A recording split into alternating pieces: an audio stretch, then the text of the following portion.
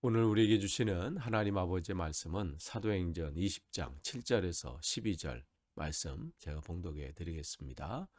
그 주간의 첫날에 우리가 떡을 떼려 하여 모였더니 바울이 이튿날 떠나고자 하여 그들에게 강론할새 말이 밤중까지 계속하매 우리가 모인 윗다락에 등불을 많이 켰는데 유두고라 하는 청년이 창에 걸터 앉아 있다가 깊이 졸더니 바울이 강론하기를 더 오래 하매 졸음을 이기지 못하여 3층에서 떨어지거늘 일으켜 보니 죽었는지라. 바울이 내려가서 그 위에 엎드려 그 몸을 안고 말하되 떠들지 말라. 생명이 그에게 있다 하고 올라가 떡을 떼어 먹고 오랫동안 곧 날이 새기까지 이야기하고 떠나니라. 사람들이 살아난 청년을 데리고 가서 적지 않게 위로를 받았더라. 아멘. 다시 한번 오늘 새벽 기도에 참석하신 여러분들을 주님의 이름으로 환영하고 축복합니다. 우리가 이 아침에 계속해서 사도행전 말씀 나누고 있습니다. 오늘은 사도행전 20장 이제 7절에서 12절인데 7절은 이제 어제 우리가 말씀을 나눴잖아요. 그래서 초대교회 모습에 대해서 그들이 주일에 모여서 성찬식과 또 성도 간의 교제들을 나누게 되는 것을 이제 살펴봤는데 이제 8절 보시면 그들이 이제 모인 장소가 나와요. 모인 윗다락에 등불을 많이 켰는데 그 모인 집이 3층에 다락까지 있을 정도로 이제 큰 집인 것 같아요. 그런데 이 보통 그 당시 그들이 모여서 예배한 곳이 초창기에는 회당에서 복음을 많이 전했잖아요. 회당에 가서 또 거기 모여서 복음을 전하고 그랬었는데 점차적으로 이제 회당에서 초대교회 모임의 장소가 가정으로 변화되는 것을 우리가 보게 됩니다. 그러니까 우리가 사도행전 속에서도 보게 되지요. 그래서 18장 7절에도 디도 유스도의 집에서 모였다. 그리고 초창기 또 제자들이 모였던 것이 마가 다락방에서 또 성령의 은혜들을 사모한 모인 것이 또 그렇고요. 그러면서 이제 그들이 모였는데 등불을 많이 켰다 이렇게 돼 있어요. 그러니까 가정집에서 예배를 드리고 사람들이 모이다 보니까 이제 환하게 이제 불을 비춰야 되잖아요. 그래서 이제 각 가정에서 자기의 등불들을 가지고 와서 이곳저곳에 이렇게 등불을 켜서 환하게 하는 그러한 장면들을 그런 모습을 이제 보게 되는 것이죠. 그런데 이제 여러분 이제 그 상황을 한번 보세요. 이제 가정에서 모였는데 유스도라는 사람이 이제 창문에 걸터 앉을 정도로 사람들이 지금 많이 모였다는 거예요. 그리고 등불을 가지고 왔기 때문에 어떻게 해요? 화나기는 화났는데 그 등불이 어떤가요? 그러니까 그 등불에서 뭐 끄름도 많이 일어날 것이고 또 사람들이 많이 모이면서 그 안에 등불로 인해서 사람들로 인해서 그 안에 이 온도도 높아질 거고 산소도 희박할 거고 뭐 여러 가지 상황이 지금 열악한 상황이 펼쳐지는 거예요. 그러니까 유스도라는 청년이 그 가운데 졸 수밖에 없다는 것을 지금 뭐 얘기하고 싶은 거니까 그러니까 또한 더불어 그 상황이 그렇게 좋은 상황이 아니었다. 쾌적한 상황은 아니었다는 것을 지금 이 누가는 우리에게 알려주려고 지금 등불을 많이 켰는데 이 얘기를 지금 기록하고 있습니다. 그러니까 그런 상황들을 여러분이 기억하시면서 9절 보시면 거기에 유두고라고 하는 청년이 청문에 걸터 앉아 있다 이렇게 있어요. 유두고라고 하는 그 이름은 당시에 일반적으로 노예들이 많이 썼던 이름인 것에 비춰 볼 때 이 사람이 노예나 종이었을 가능성이 이제 있지요. 그러니까 그 당시에 초대교회 면면들을 이렇게 보면 초대교회 성도들의 모습을 보면 가난한 자들 또 이렇게 종들 노예들 그런 사람들이 함께 지금 모이고 또 예배하는 그렇게 있는 모습을 보게 되죠. 그러니까 이게 초대교회 특징이죠.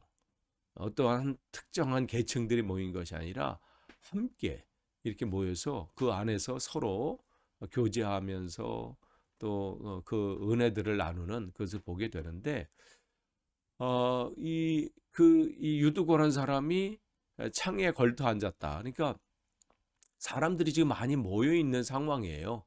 많이 모여 있는 상황에서 이제 바울이 이제 설교가 오래된 거죠. 이제 저녁 7시부터 시작된 그 설교가 자정이 넘을 때까지 지금 되니까 뭐 얼마나 힘들겠어요. 거기다가 뭐 편안하게 뭐 쉬다가 온 게 아니잖아요. 하루 종일 일하고 일하고 다시 저녁에 모여서 지금 말씀을 듣고 있는 상황이니까 지금 이 상황이 얼마나 힘든 상황이고, 그 다음에 사람들이 그 집안에 많이 모여 있기 때문에 그 사람들의 모인 그 열기, 또 많은 등불이 켜져 있어서 거기서 나오는 열기도 있고, 그로 인해서 산소 부족, 피곤함, 이게 지금 여러 가지가 지금 복합이 돼 가지고 그런 상황들이 있는 거예요. 그러니까 여기서 우리가 잘못하면 유두고가 예배를 이렇게 제대로 어, 앉아서 예배를 드리지 않고 무슨 창문에 걸터 앉아 있다가, 지금 사람이 많이 모여서 자리가 거기밖에 없는 거죠. 또한 졸음을 피하기 위해서 내가 거기 있으면 또 오늘 졸을 수도 있겠다 해서 바람이 잘 통하는 거기에 앉아 있은 것도 될 수 있죠. 어쨌든 바울이 그를 책망하지 않은 것으로 봐서는 여기서 유두고가 예배를 잘못 드린 것에 대해서 우리가 뭐 지적하고 이루할 것은 아닌 것 같습니다. 어쨌든 지금 하루 종일 이 삶에 그냥 일을 하는 것에 지치고, 또 지금 설교도 길어지고 뭐 상황도 이러다 보니까 거기 집중하지 못하고 졸다가 떨어진 거예요. 그런데 이제 이 누가는 뭐라고 거기 기록하냐면, 일으켜 보니 그가 죽었다 이렇게 기록하고 있어요. 그러니까 의사 누가가 이렇게 판단한 것으로 봐선 뭐 기절한 게 아니고 뭐 잠시 뭐 이런 게 아니라 진짜 죽었던 것 같습니다. 어쨌든 이런 상황에서 지금 바울이 이제 10절에 바울이 이제 내려가서 이제 더 이상 뭐 설교할 수 없는 상황이잖아요.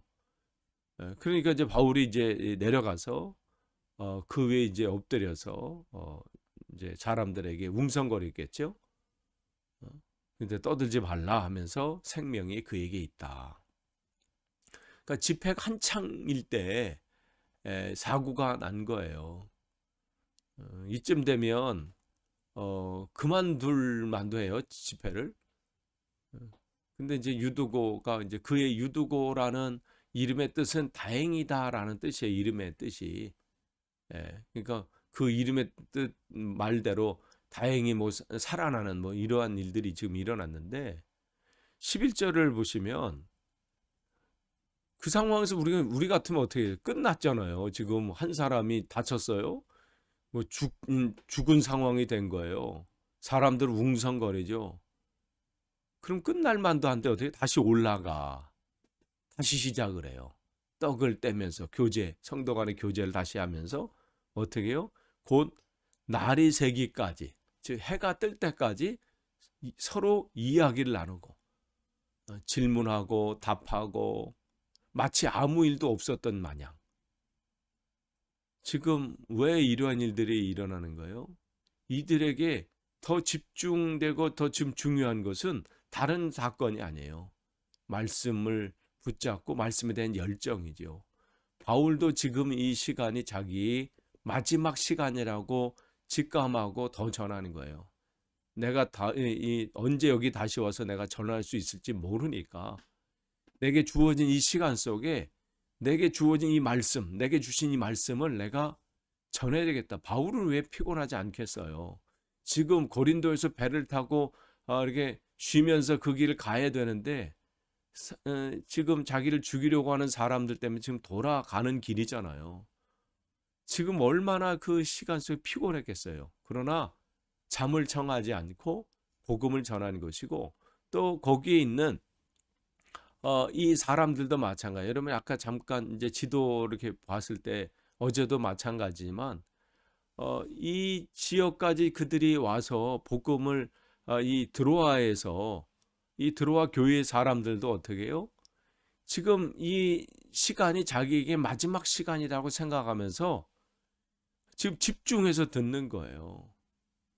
지금 상황이 아까 말씀드린 것처럼 유두고라는 청년이 좋을 정도로 지금 열악한 상황이에요. 장소도 비좁아요. 사람들이 얼마나 많이 왔으면 비좁고 창가에 앉을 만큼 지금 사람이 비좁고 그 안에서 산소도 부족하고요.